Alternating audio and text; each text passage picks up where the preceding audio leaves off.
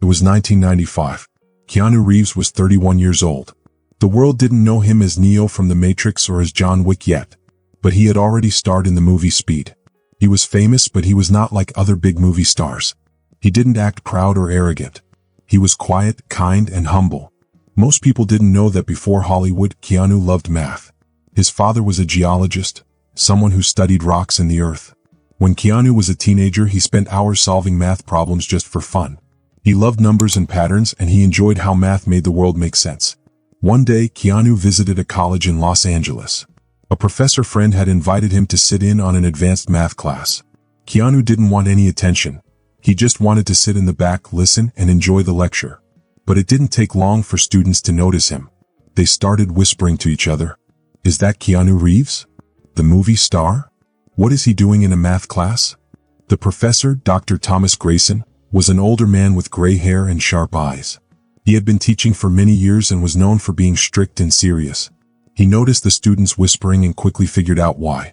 His eyes landed on Keanu. "Ah, Mr. Movie Star," he said loudly, crossing his arms. "Since you're distracting my class, why don't you come up here and show us what you know?" The class chuckled. They expected Keanu to look embarrassed. Dr. Grayson walked to the board and wrote down a very difficult math problem. It was full of strange symbols and long equations. It was a problem that even his best students had never been able to solve. The students grinned. They thought Keanu would try and fail. After all, he was just an actor. Keanu didn't hesitate. He stood up, walked to the board, and stared at the problem. The professor smirked, waiting for him to struggle. But Keanu didn't struggle. He picked up the chalk and, without saying a word, started writing. Step by step, he solved the problem. At first, the class was still whispering. But soon, the room became silent. Everyone was watching him. The professor's smirk slowly faded. Keanu's hand moved smoothly, writing out the answer. His work was neat and careful. 10 minutes passed. Finally, he put the chalk down and stepped aside. The answer was perfect. The students gasped. Then the room erupted in cheers. Dr. Grayson's face turned red. He looked at the board, then at Keanu. But Keanu wasn't done. He turned to the professor and in a calm and polite voice said, "You made a small mistake in your setup." The room fell silent again. Keanu walked over to the board and circled a part of the professor's equation. Dr. Grayson's face went stiff. He was a proud man. He didn't like being corrected, especially in front of his students. He had been teaching math for years. How could a movie star, someone who didn't even study math, find a mistake in his work? But deep down, the professor knew Keanu was right. He checked the board again. He had made a mistake. Finally, he spoke. "Who taught you this?" Keanu hesitated for a moment. His eyes weren't on the board anymore. He wasn't thinking about the class. He was thinking about the past. "My father," he said softly. The air in the room changed. A few students exchanged glances. Everyone knew something about Keanu's father. They knew he had left when Keanu was just a boy. They knew he had struggled with addiction. They knew he had disappeared from Keanu's life. But what most people didn't know was that before all of that, before the mistakes and the heartbreak, Keanu's father had been brilliant. He had been a geologist. He loved numbers. Keanu had spent hours as a child sitting next to him, watching him scribble equations on napkins and in notebooks. His father had loved explaining math. And then one day he was gone. Keanu never stopped loving math. It was the last piece of his father he could hold on to. The professor sighed. His shoulders dropped slightly. He turned back to the board, looking at Keanu's solution, looking at his own mistake. His pride fought him, but in the end he had to admit the truth. "You're right," he finally said. Keanu gave a small, knowing smile and stepped away from the board. He didn't need to say anything else. The class ended. The students left, still buzzing with excitement. Dr. Grayson stayed behind, erasing the board slowly. His mind was deep in thought. As Keanu picked up his coat, ready to leave, the professor spoke again. "Have you ever thought about teaching?" Keanu chuckled. "I think I'm better at learning." But he wasn't just talking about math. The professor watched him go, realizing something important. Keanu wasn't just good at numbers. He was good at understanding people. He carried pain but never let it turn into anger. He took sadness and turned it into wisdom. Maybe, just maybe, Keanu had taught the professor something today. Keanu stepped outside into the cool evening air. He had come here for one reason, to sit in on a math class and relive his love for numbers. But now, something about the conversation with Dr. Grayson stuck in his mind. The way the professor's voice had softened. The way he hesitated before admitting his mistake. It reminded Keanu of something. A memory he hadn't thought about in years. He was 10 years old, sitting on the floor of a small apartment in Toronto. An old math book was open in front of him. His father's voice filled the room, explaining an equation. The room smelled like cigarettes and coffee. His father tapped a pencil against the page. "Math is just another way of seeing the world," he said. "Have you ever noticed how stars follow patterns? How does music have rhythm? Everything is connected. Even when life doesn't make sense, numbers do." Keanu nodded, too young to fully understand. Too young to know that his father was holding on to something, maybe even holding on to him, before slipping away forever. The memory ached. A car honked in the distance, snapping Keanu back to the present. He took a deep breath, shaking off the feeling in his chest. It had been years. He had built a new life, far from those nights in that tiny apartment. But the past had a way of finding him in the quiet moments. As he reached the parking lot, a voice called out behind him. "Keanu." He turned. Dr. Grayson stood there. His posture wasn't as stiff anymore. His eyes looked softer. "I owe you an apology," the professor said. "I made a mistake today. Not just in math but about you. I was wrong." Keanu studied him. He wasn't angry.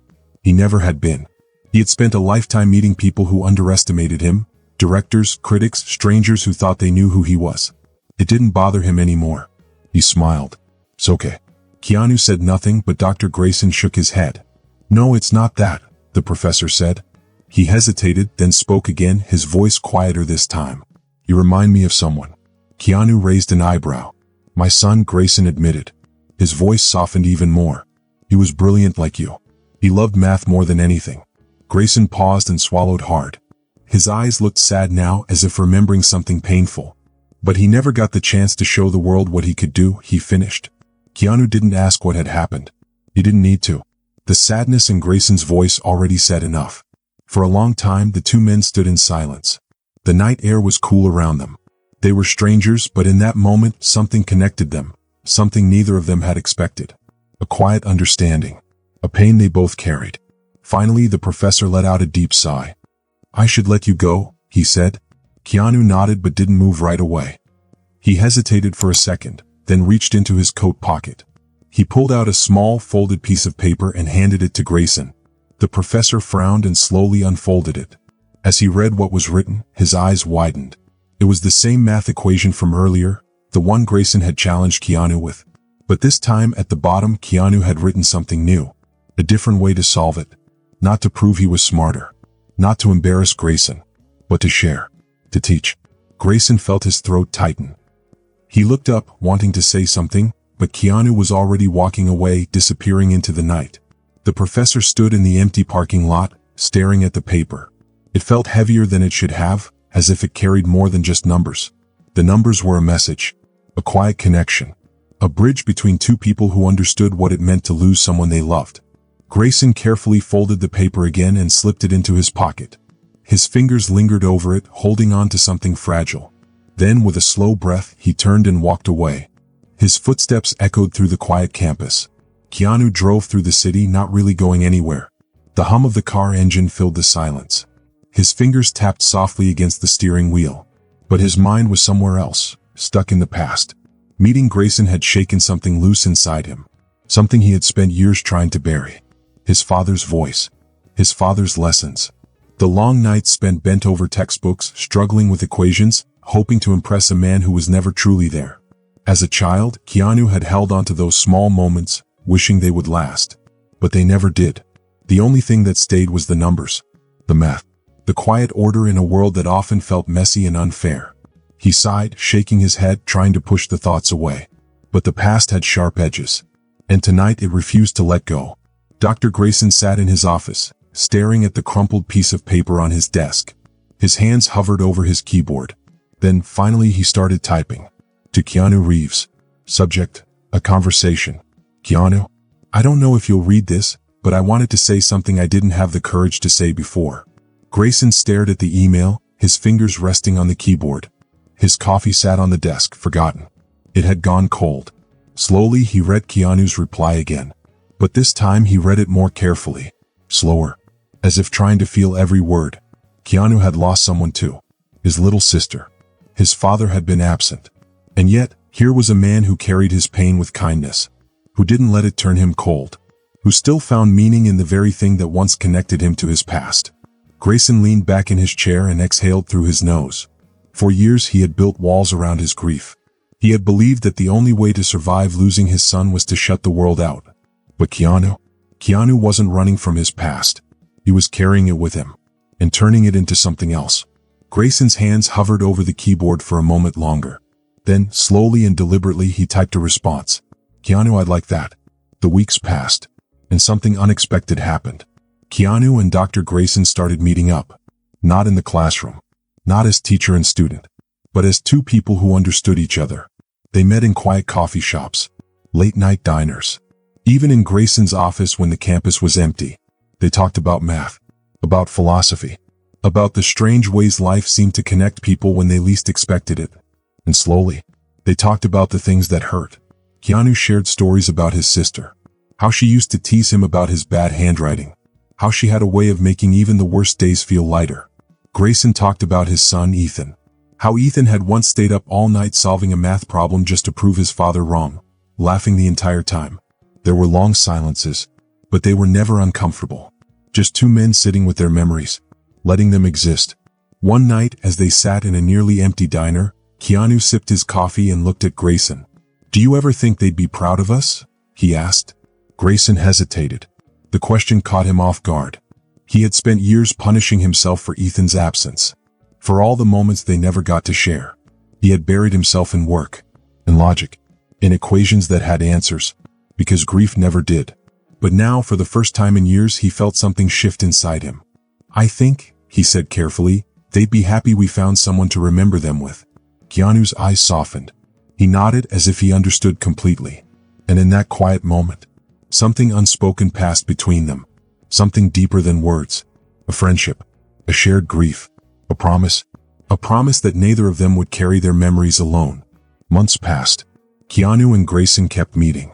Their conversation still weaved between numbers and memories.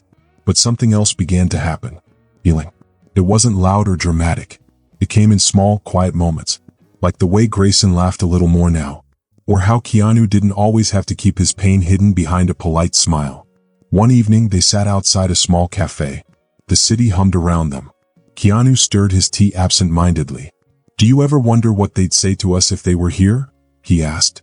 Grayson looked down at his hands. He had thought about that question so many times. It had always hurt too much to answer. But now he let himself try. "They'd probably tell us to stop feeling guilty for moving on," he said quietly. Keanu's eyes flickered with something deep. Understanding. Maybe even relief.